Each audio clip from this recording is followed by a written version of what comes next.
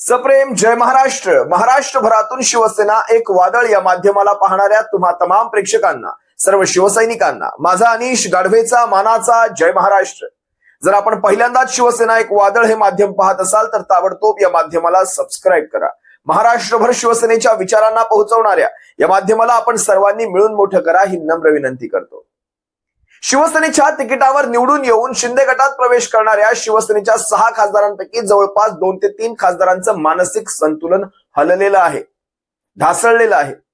उभा महाराष्ट्राला याची प्रचिती येते. गेल्या 2-3 दिवसांपासून तुम्ही साऱ्या खासदारांच्या बातम्या पहा, त्यातही विशेष एक नाव, ज्याची आजची माझी ही व्हिडिओ त्याला समर्पित आहे, ते विशेष एक नाव आहे संजय दिना पाटील, शिवसेनेचे मुंबईतले, ईशान्य मुंबईतले खासदार. खर तर सबंध मुंबई लोकसभेमध्ये शिवसेनेच्या पाठीशी भक्कमपणे उभी राहिली. अगदी मुंबई उत्तर पश्चिम असेल, ईशान्य मुंबई असेल, त्यानंतर तुम्ही पाहिलं मुंबई दक्षिण असेल, अगदी अनिल देसाई साहेब असतील, अरविंद सावंत साहेब असतील, अमोल भैया कीर्तीकर असतील आणि ईशान्य मुंबईतून संजय दिना पाटील असतील. 4 शिवसेनेचे खासदार खर तर विजयी झाले होते.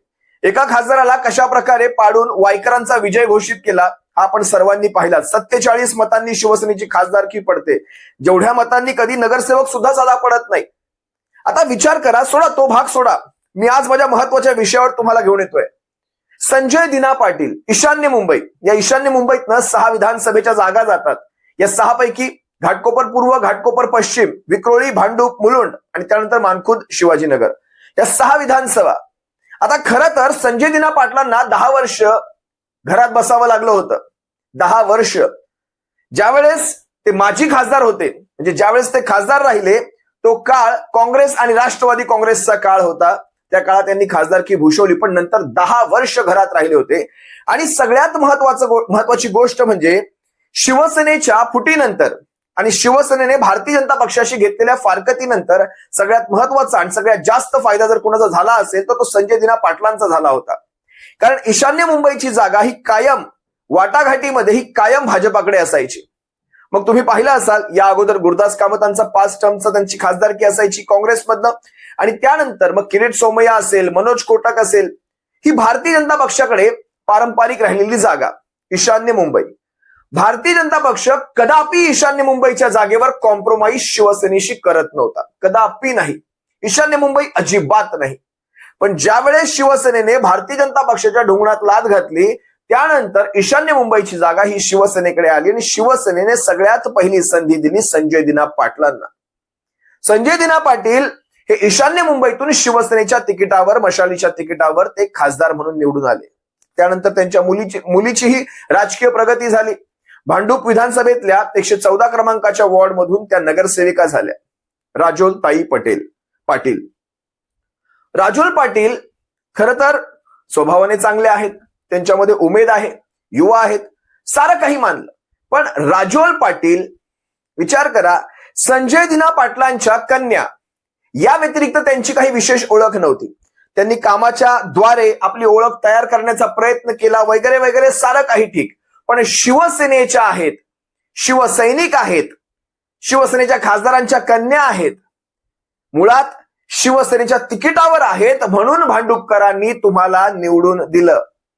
म्हणून भांडूपमध्ये मला वाटतं एखादा अपवाद असेल, नाहीतर सारेच्या सारे नगरसेवक शिवसेनेचे निवडून आलेले आहेत, सारेच्या सारे शिवसेनेचे असल्यामुळे तुम्हाला भांडूपकरांनी निवडून दिलं. आज वडिलांच्या ह्या कृत्यामुळे खरं तर सगळ्यात जास्त नुकसान त्यांच्या मुलीच्या करिअरचं झालं, राजकीय करिअरचं झालं. ही सगळ्यात पहिली आणि महत्वाची गोष्ट. आता कुठे त्यांच्या मुलीच्या करिअरचा उदय होत होता संजय दिना पाटलांच्या, तो करिअरचा उदय वडिलांच्या ह्या कृत्यामुळे शून्य झाला. होय, जबाबदारीने सांगतो, शून्य झाला. अनेक गोष्टी आहेत ईशान्य मुंबईतल्या, तुम्हा सर्वांसमोर ठेवेल, पण लक्षात घ्या, ईशान्य मुंबईची जागा भले एकनाथ शिंदे भर स्टेजवरून म्हटले असतील हे 6 खासदार 2029ला पुन्हा लोकसभा लढवणार, अजिबात नाही. सगळ्यात पहिला श्रीनिवास वनगा जर कुणाचा होणार असेल तर तो भाऊसाहेब वाकचौरेंचा होणार आहे. सगळ्यात पहिला श्रीनिवास वनगा. तुम्हाला कळत असेल ना मला काय म्हणायचंय, कोण श्रीनिवास वनगा? आज कुठे गायब आहेत, दिसत सुद्धा नाहीत. पालघरचे आमदार श्रीनिवास वनगा हे गुवाहाटीच्या पहिल्या बॅच मधले आमदार, पण त्यांना तिकीट मिळाली नव्हती. विचार करा, असंच भाऊसाहेब वाकचौरेंचा पहिला श्रीनिवास वनगा होणार. आणि त्यानंतर भारतीय जनता पक्ष ईशान्य मुंबईची जागा कदापि एकनाथ शिंदे आणि त्यांच्या गटाला देणार नाही. त्याचं कारण सांगतो. महत्वाचं कारण, घाटकोपर पूर्व, घाटकोपर पश्चिम आणि मुलुंड या 3 विधानसभा, या 6 पैकी 3 विधानसभा या भारतीय जनता पक्षाकडे आहेत, 2 विधानसभा या शिवसेनेकडे आहेत आणि 1 विधानसभा ही शिवसेना किंवा इंडिया आघाडीच्या अलायन्स मधल्या समाजवादी पक्षाकडे म्हणजे अबू आझमीकडे आहेत. गोवंडी शिवाजीनगर मानकूरची जागा. आता विचार करा, या 3 ठिकाणी जवळपास भारतीय जनता पक्षाच्या म्हणजे हा संपूर्ण पट्टा गुजराती बहुल, संपूर्ण घाटकोपर पूर्व असेल, घाटकोपर पश्चिम असेल आणि मुलुंड असेल, इथे भारतीय जनता पक्षाच्या मिहिर कोटेचांना सगळ्यात प्लसचं मतदान झालेलं आहे. त्यानंतर भांडूप असेल, जिथे शिवसेनेचा ढाण्या वाघ, आमचे शिवसेनेचे विभाग प्रमुख सन्मान्य माजी आमदार, मला माजी लावण्यासाठी दुःख होतंय, त्यांच्यासाठी मी सुद्धा सभा घेतलेल्या आहेत, माजी आमदार आहेत ते सध्याच्या घडीला, पण ठीक आहे, ते माजी काही काळासाठी असतील, पण ते पुन्हा शिवसेनेच्या तिकिटावर निवडून येतील आणि मी त्यांना भविष्यातला ईशान्य मुंबईचा खासदार समजतो. ते रमेश भाऊ कोरगावकर साहेब. रमेश कोरगावकर हे शिवसेनेच्या बंडाळीनंतर उरलेल्या 14 आमदारांपैकी एक आमदार. त्यांनी कदापि शिंदे गटामध्ये जाण्याचा कधीच निर्णय घेतला नाही. आजही त्या ठिकाणी, भांडूपच्या ठिकाणी, तिथे शिंदे गटाचे अशोक पाटील म्हणून निवडून आले, त्या ठिकाणी रमेश भाऊ कोरगावकरांचा अगदी 5-6 हजार मतांनी पराभव झाला. त्यावेळेस मनसेने आपल्या विधानसभेच्या जागा वेगळ्या लढल्या आणि मनसेला जवळपास 25-1 हजारांचं मतदान झालं. पण मनसेच्या मतदानामुळे शिवसेनेचं मतदान विभागलं गेलं. भारतीय जनता पक्षाची साथ, त्यानंतर काही फुटीर सोबतीला, शिवसेनेतलेच काही अंतर्गत फुटीर सोबतीला, असा हा फुटीरतावादाचा त्यांना फटका पडला आणि 5 ते 6 हजारांच्या मताधिक्याने फक्त शिवसेनेचा आमदार तिथला पडला गेला. सगळ्यात वाईट वाटणारी ही गोष्ट. पण रमेश भाऊ कोरगावकर तुम्ही भविष्यात शिवसेनेचे खासदारकीचे उमेदवार असणार ही मला मनोमन खात्री आहे. शेवटी अधिकार पक्षप्रमुखांचे आहेत, पण मला मनोमन खात्री आहे ईशान्य मुंबई ही तुमच्या नावाने असणार आहे. आणि आम्हाला आनंद होईल, सर्व शिवसैनिकांना आनंद होईल, जर तुम्ही ही खासदारकीची जर भविष्यात निवडणूक लढत असाल तर आम्ही तुमच्या प्रचारांमध्ये उतरू. मला त्या दिवशीचा रमेश भाऊ कोरगावकरांचा तो व्हिडिओ अतिशय आवडला. जरा तुम्ही एकदा हा व्हिडिओ पहा, ज्यावेळेस पत्रकारांनी या शिवसैनिकाला, मी आमदार वगैरे ते नगरसेवकही राहिलेले आहेत, शिवसेनेचे नगरसेवक राहिलेले आहेत, पण या शिवसैनिकाला ज्यावेळेस छेडलं बघा, त्याच्या आतमधनं शिवसेनेविषयी असलेलं ते प्रेम कसं बाहेर आलं. एकदा पहा हा व्हिडिओ. कसली हुलबाजी धमकी देताय, राजीनामा देऊन परत निवडून दाखवा ना तुम्ही, मानतो मग आम्ही तुम्हाला, पण हिंमत असेल तर. शिवसेना उद्धव बाळासाहेब ठाकरे प्रवेश केलात आणि तुम्ही निवडून आलात ना. या भांडूपच्या ईशान्य मुंबईच्या जनतेने तुम्हाला काय म्हणून निवडून दिलं, काय म्हणून निवडून दिलं, तुम्ही काय दिलं आम्हाला? गद्दारी ना. आता सकाळी मी पाहिलं, संजय राऊत साहेबांना सॅल्यूट मारतो. खरंच दाण्या वाघ म्हणतात ना, टायगर, तो आहे शिवसेनेमध्ये.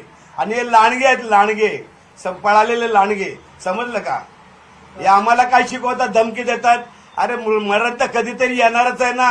मरणाला आम्ही घाबरत नाही, आम्ही शिवसैनिक आहोत, शहीद होऊ आम्ही उद्धव बाळासाहेब ठाकरे पक्षासाठी, समजलं काय? पण लाचार होणार नाही आम्ही कधी, असे लाचार आणि गद्दारी करणार नाही. आमच्या राजकारणातला बाब एकच आहे, मातोश्री. यांचे किती आहेत काय मला माहित नाही, बदलतच राहतात ते राजकारणातले. त्याला करायचं का आता? आणखी किती बदलतील मला माहित नाही.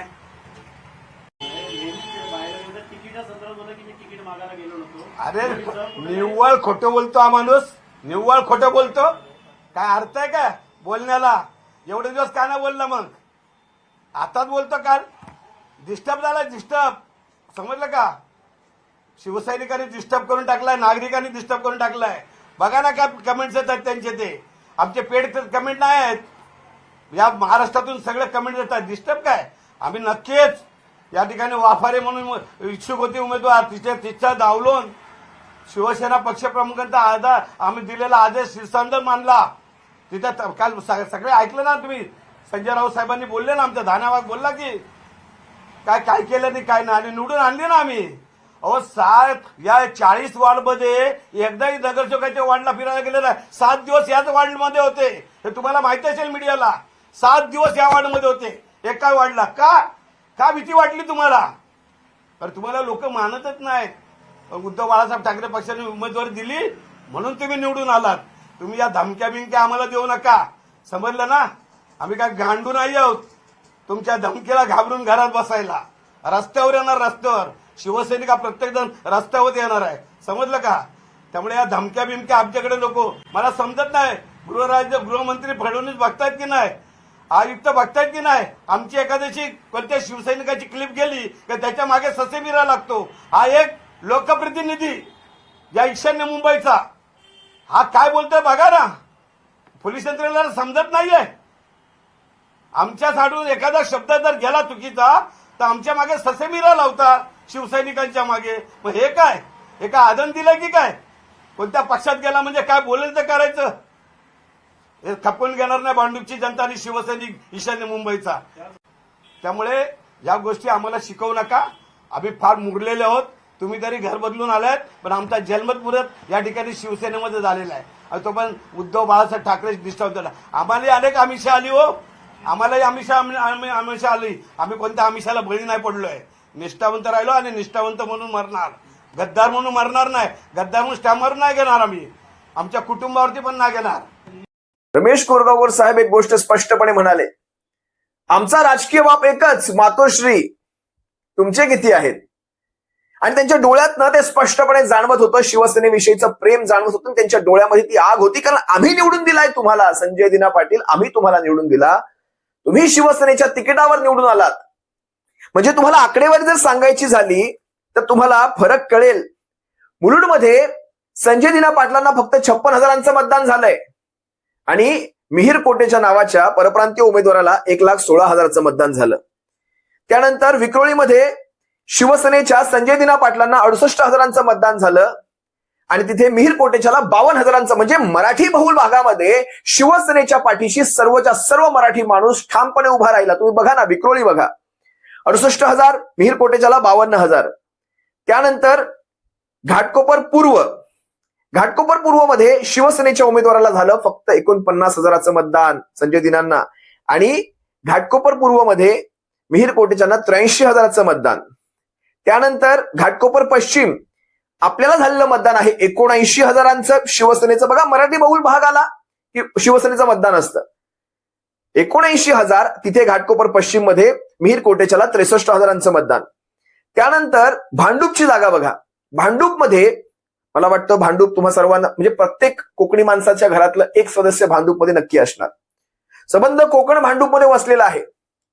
मग ते कोकण नगर असेल, रदासनगर असेल, प्रतापनगर असेल, तुलशेतपाडा असेल, टेंभीपाडा असेल, सारा कोकण तो गाढव नाका असेल. आता काही सगळ्या एरियाची नावं घेत नाही, पण सगळ्या घरांमधनं, कोकणातल्या प्रत्येक घरामधनं एका उमऱ्यामागे कमीत कमी एक सदस्य तरी भांडूपमध्ये असतो. कोकणामधलं म्हणजे संबंध कोकण जर तुम्हाला पाहायचं असेल अगदी मुंबईपासनं ते शिरोड्यापर्यंत, तर तुम्हाला भांडूपमध्ये जायला पाहिजे. त्या भांडूपमधून शिवसेनेला झालेलं मतदान आहे 79,000 आणि मिहीर कोटेच्याला झालं 75,000 मतदान. म्हणजे विचार करा, लोकसभेमध्ये आपल्याला सर्व मराठी बहुल भाग, भांडूप असेल, घाटकोपर पश्चिम असेल, विक्रोळी असेल, या तीनही ठिकाणी भरघोस मतदान झालं. आणि त्यानंतर मानखुर्द शिवाजीनगरमधनं मिहीर कोटेच्यांना 28,000 मतदान झालं आणि शिवसेनेच्या संजय दिना पाटलांना 1,16,000 मतदान झालं. कारण समाजवादी पक्षाचे नगरसेवक यांची त्या भागावर पकड आहे आणि हे सारे आपल्या सोबत होते. त्यानंतर शिवसेनेचा पारंपरिक मतदार असलेला मराठी माणूस हा साराच्या सारा शिवसेनेच्या बाजूने एकजुटीने उभा राहिला. आता मला सांगा, ज्या वेळेस हे संजय दिना पाटलांनंतर भविष्यात हा भारतीय जनता पक्ष ही जागा सोडणार नाही, मग संजय दिना पाटलांचं नेमकं काय होणार. म्हणजे तेलही गेलं, मुलीचं करिअर एवढं सुंदर चालू होतं, तेलही गेलं, तूपही गेलं, हाती काय येणार, धुपाटणं येणार. मला खरंच त्यांच्या ह्या चिडचिडीची आता झलक दिसू लागली. मगाशी म्हणालो मानसिक संतुलन काही जणांची ढासळू लागलेली आहेत. मी तुम्हाला एक व्हिडिओ दाखवतो, पत्रकारांशी कशा अर्वाच्य भाषेत बोललं जातंय. तुम्हाला एकदा हा व्हिडिओ पाहायलाच हवा. एकदा हा व्हिडिओ पहा. सांगितलंय मी, इज्जत करतो, इज्जत करा. काय होतोय बरं, तुम्ही उगाच माझ्या गांडीत बोट घालतात आहे. घे, रेकॉर्ड कर. इज्जत करतो, उगाच डोक्यात जाऊ नका. घराखाली उघड देतोय तुम्हाला, जेवायला देतोय. काय उगाच त्यांच्याकडे जाल. ते बोलतात ना, मला मी बोलणार नाहीये. आता परत आले तर मारून पाठवणार तुम्हाला. पण जे बोलत लिहायचं ते लिहा, रेकॉर्ड करा, सांगा तिकडे कमिशनरकडे जाऊन कंप्लेंट करा. इज्जत करतोय तुम्हाला, सहन करतोय, खूप दिवस सहन केलं तुम्ही दिली पाहिजे. हा. माझून कशाला गांडीत घुसताय? फक्त एवढंच ठीक आहे. अरे लिमिट आहे कुठल्या गोष्टीची? बोलली आहे ना ती, सांगितलं ना सर्व. त्यांनी काय बोलू दे, अरे काही बोलू द्यायच्या, गांडीत गेला आणि येऊ नका माझ्याकडे काय घ्यायला. आला तर मारणार आता. तुम्ही दिली बरोबर. रेकॉर्ड करा आणि सांगा तुम्ही आता मला विचारायला आले तर मार खाणार. हे लिहून घे, रेकॉर्ड कर, काय करायचंय कंप्लेंट करायची कर. पोलीस आहेत सर्व, त्यांच्या समोर सांगतोय. बस झाला, सहन केलं खूप. हा, तुम्ही दिली प्रतिक्रिया. तुम्हाला उभं नाही करायचं इकडे. तुम्हाला तर हा व्हिडिओ पाहत असताना मला पत्रकारांचं वाईट वाटत होतं. पत्रकारांनो, तुमच्या कॅमेऱ्याचा धाक आता राहिला नाहीये का? कारण काही पत्रकारांची, काही आहेत, सर्वच नाही पण काही आहेत, काही पत्रकारांची पाकिट पत्रकारिता आता तुमचा धाक संपवून गेलेली आहे का? काय म्हणाले मगाच्या व्हिडिओत तुम्ही पाहिलात, तुम्हाला मी जेवायला घालतो, तुम्हाला बिल्डिंग खाली ठेवतो, तुम्हाला थांबायला जागा देतो, तुम्हाला जेवायला घालतो. अरे आपण, मग आम्ही म्हणतो ना, शिवसैनिक म्हणून आम्ही म्हणतो, आम्ही आमच्या स्वखर्चाचा वडापाव खाऊन आम्ही आमचा प्रचार करतो. उद्या आम्हाला कोणी म्हणू शकत नाही तुम्हाला प्रचाराचे पैसे देतो म्हणून आम्ही तुमच्या मागे येतो. अजिबात नाही. बाळासाहेबांचा आदेश, शिवसेनेचा आदेश, ठाकरेंचा आदेश, त्यासाठी शिवसैनिक स्वखर्चाने निवडणुकींच्या प्रचारात उतरत असतो. आणि ही वस्तुस्थिती आहे. पत्रकारांनो, काल परवा ते बावनकुळे पण म्हणाले होते, पत्रकारांना ढाब्यावर न्या, चहा पाणी करा, आपल्या विरोधात एकही बोलला नाही पाहिजे. तुम्हाला थेट शिव्या दिल्या जातात. तुम्ही स्पष्टपणे शिवी ऐकली त्या व्हिडिओमध्ये. विचार करा काय म्हणावं या सगळ्या गोष्टींना. अगदी फक्त हे एवढंच कारण नाहीये या सगळ्याला. तुम्हाला आणखी एक व्हिडिओ दाखवतो, सामचा एक सर्व्हे दाखवतो. साम टीव्हीने घेतलेल्या सर्व्हेमध्ये जवळपास 74% लोक म्हणतायत संजय दिना पाटील पुन्हा निवडून येणार नाही, आणि 22-23% काहीतरी लोक म्हणतायत निवडून येते. आता ते 22-23% कमळीचे आणि ह्या गटांचे थोडे उतरले सपोर्टला, पण किती? 22-23%, 74% लोक म्हणतायत हे पुन्हा निवडून येणार नाहीत. जरा एकदा हा व्हिडिओ पहा. मुंबईमध्ये देखील ठाकरेंची सेना सोडून संजय दिना पाटील जे ते शिंदे सेनेमध्ये गेले. अगदी बरोबर आहे. ईशान्य मतदारसंघातील, ईशान्य मुंबई मतदारसंघातील संजय दिना पाटील यांचं देखील शिंदे सेनेत जाणं हे खूप चर्चेत गेलं होतं. अगदी. तर संजय दिना पाटील पुन्हा निवडून येतील का हा प्रश्न होता.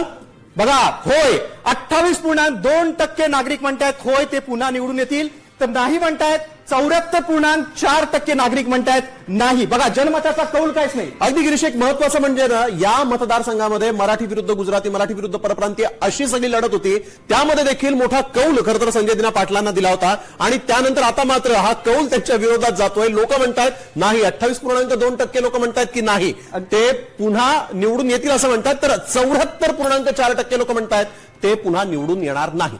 स्वेन, संजय दिना पाटील हे 2009ला एकदा निवडून आले होते, त्यानंतर 2024ला आलेत. मात्र आता शिंदे सेनेत जाण्याचा त्यांनी जो निर्णय घेतलेला आहे, ठाकरे सेनेशी त्यांनी जी बंडखोरी केली आहे, जनमताचा कौल म्हणतोय की होय 28.2% की ते निवडून येतील, तर सर्वात जास्त लोक म्हणतात 74.4% ते पुन्हा निवडून 2029ला येणार नाहीत. अगदी. तर हे सगळं पाहिल्यानंतर संजय दिना पाटलांची ती मानसिक अवस्था मी समजू शकतो. पण आपल्या मानसिक अवस्थेमध्ये पत्रकारांना शिव्या देणं, त्यानंतर पोलिसांसमोर जा, काय करायचंय पोलीस आयुक्ताला सांगा, कोणाला सांगाय, म्हणजे हा आहे सरकारचा धाक, हा आहे प्रशासनाचा धाक.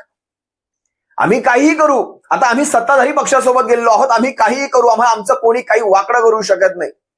ही जी तुमची मेंटल परिस्थिती आहे याचं कारण आम्ही चांगलंच समजू शकतो. तुम्ही पाहिलात, सामचा सर्व्हे पाहिलात, लोकांची मतं पाहिलीत, आणि भविष्यामध्ये संजय दिना पाटील पुन्हा खासदार होणे नाही, पुन्हा खासदार होणे नाही हे आताच सांगतो. पण वडिलांमुळे आपल्या मुलाचं करिअर धोक्यात आलेल्यांपैकी आता राजोल संजय दिना पाटील यांचं सुद्धा नाव त्याच्यामध्ये जोडलं जात आहे. चांगलं करिअर चाललं होतं, सुरुवात झाली होती, चांगलं काम चालू होतं, एक उभरतं नेतृत्व दिसत होतं, पण गेलं. कमीत कमी आपल्या मुलीसाठी तरी ही अशा प्रकारची मानसिकता डोक्यात आणायची नव्हती. हे चुकलं, ठार चुकलं तुमचं, ठार. मग त्यानंतर बघा, आता आपण सर्वांनी शिवसैनिकांनी त्यांना ईशान्य मुंबईतनं निवडून दिलं, तर आमचं मत गेलं कुठे? आमचं मत आम्हाला परत करा. आणि ह्या चिडचिडीतून ज्यावेळेस संजय राऊत साहेब काही बोलतात, त्याच्यावर ज्यावेळेस उलट प्रत्युत्तर आलं, त्यानंतर संजय राऊत साहेबांनी सुद्धा मागे पुढे पाहिलं नाही. बघा हे वाघाचं प्रत्युत्तर. मी लागतो नादाला. चल चल, मी तुझ्या नादाला लागतो. त्या बंधू काय आहेत ना, आम्हाला दाखवू नको. संजय पाटील, आता नाव घेऊन बोलतोय मी, भोसडीच्या. चल, हे शिवसैनिकांना बंदुका दाखवू नकोस तू. मी इथेच आहे भांडुपला. मी कधी या भाषेचा वापर करत नाही. बंदूक काय दाखवतो साल्या तुम्हाला? शिवसैनिकांना बंदूक दाखवतो? गद्दार माणूस. हे धंदे करायचे नाही. गद्दारी केली आहे ना, 50 कोटी गिळले आहे ना, मग नीट गप्प बसायचं. परत ही भाषा करायची नाही बंदुकीची. ती बंदूक तुझ्या ढोंगणात घातली जाईल.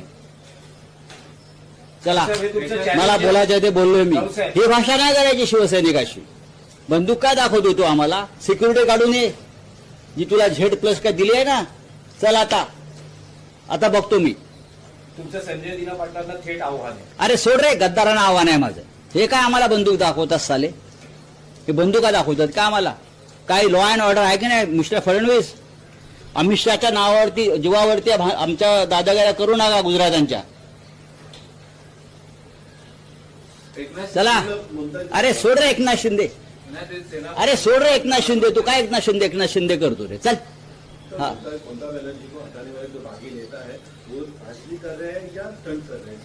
नाही रे, छोड दो. संजय राऊत साहेबांच्या चिडीमागचं कारण स्पष्ट आहे. आदल्या दिवशी तुम्ही मातोश्रीवरच्या बैठकीत उपस्थित राहता, तिथे सांगता आम्ही सगळे एकत्र आहोत, आम्ही कोणी कुठे जात नाही. दुसऱ्या दिवशी तुम्ही एकनाथ शिंदेच्या सोबत फोन बंद करून, म्हणजे महाराष्ट्र हे सगळं पाहतो. आता ह्या सर्वांची लोकांना असं वाटू लागलंय, म्हणजे ह्या शिंदे गटातल्या लोकांना, कमळीला असं वाटू लागलंय की आता लोकांना ह्या सगळ्याची सवय झालेली आहे. या सवयीचा आपण फायदा उचलूया. आता रोज मरे त्याला कोण रडे, अशा प्रकारची म्हण चालू झालेली आहे. पण लक्षात घ्या, असं नाहीये. लोक काय करायचं ते पद्धतशीर तुमचा कार्यक्रम करतील. मला खरं तर या सगळ्यामध्ये विशेष कौतुक वाटतं अनिल देसाई साहेबांचं, त्यानंतर अरविंद सावंत साहेबांचं. राजाभाऊ वाजेंच आहेच आहे, सगळ्यात जास्त त्यांचंच आहे. पण ही दोन जी माणसं आहेत ना, अनिल देसाई किंवा अरविंद सावंत, आपण ह्यांना जणू काही गृहीत धरलंय. ही दोन माणसं कुठेच जाणार नाहीत. यांचं नाव सुद्धा आपल्या मनी ध्यानी मनी येत नाही. अजिबात ध्यानी मनी यांचं नाव नाही. असंच नाव ओमराजे निंबाळकरांचं सुद्धा यायचं, पण थोड्या अपवादाने असायचं ते. पण ही दोन नावं कधीच नाही. विचार करा, साहेबांचा दिल्लीत उतरलेले असतात, साहेबांचा फोन येतो, अनिल देसाई साहेब परत येतात, मंत्रीपद मिळणार असतं. पुढच्या काही तासांमध्ये त्यांना मंत्रीपद मिळणार होतं. मातोश्रीवरून फोन येतो, परत यायचं, आपल्याला ते मंत्रीपद घ्यायचं नाही, माणसं रिटर्न. विचार करा, याला म्हणतात निष्ठा. जिथे खासदारकीवर, जिथे त्या मंत्रीपदावर पाणी सोडलं, तिथे हे सगळं काय आहे? हे 15 कोटी रुपये ह्यांचे. अरविंद सावंत, मंत्रिपदाचा राजीनामा ज्यावेळेस आपण फारकत घेतली भारतीय जनता पक्षासोबत 2019 मध्ये, केंद्रामध्ये आपण एकत्रच होतो, आपल्याकडे मंत्रिपद होतं, तेही आपण सोडलं. जिथे आपण मंत्रिपद सोडतो तिथे हे सगळं काय आहे? मला राजाभाऊ वाजेंच्या वडिलांचं कौतुक वाटतं. काय संस्कार दिलेत आपण. खरंच संजय राऊत साहेब असतील, हे शिवसेनेचे सारे आमदार मंडळी असतील, सर्वांचं कौतुक. खरं तर एक लक्षात घ्या, हे सारं करण्यामागे आपण ठाकरे ब्रँड जगवतोय. महाराष्ट्रातनं ठाकरे ब्रँड ज्या दिवशी संपलेला असेल त्या दिवशी मराठी माणसाला वाली उरणार नाही. ही गोष्ट आजही तुम्ही तुमच्या मनाला पहिला प्रश्न विचारा. महाराष्ट्रात ठाकरे नसतील, आत्ताच्या घडलं समजा ठाकरे शून्य, ठाकरे संपले, दोन्ही ठाकरे, राज ठाकरे असतील, उद्धव ठाकरे असतील, मराठी माणसाच्या नावाने तुम्ही कुणाकडे जाल? आवाज उचलून कुणाकडे जाल? एक साधा असा छातीवर हात ठेवून प्रश्न करायचा, मराठी माणसाला न्याय देण्यासाठी तुम्ही कुणाकडे जाणार? देवेंद्र फडणवीसांकडे, गडकरींकडे, अमित साटमकडे, प्रसाद लाडांकडे, त्या आशिष शेलाराकडे? कुणाकडे जाणार तुम्ही मराठी माणसासाठी? कुणाकडेही जाऊ शकत नाही. ही परिस्थिती आहे आपली. असो, तुर्तास तुम्हा सर्वांची रजा घेतोय, पण या सगळ्या गोष्टींचा बारीक विचार करा. ईशान्य मुंबई असो, धाराशिव असो, शिर्डी असो, अगदी वाशिम, यवतमाळ असो, सारेच्या सारे मतदारसंघ शिवसेना पुन्हा घेईल. पण ह्या खासदारांना पुन्हा तो त्यांच्या काय म्हणतात ते माथ्यावर, त्यांच्या ललाटावर पुन्हा तो विजयी गुलाल लागणे नाही. हा प्रण घ्या. सप्रेम जय महाराष्ट्र. काळजी घ्या.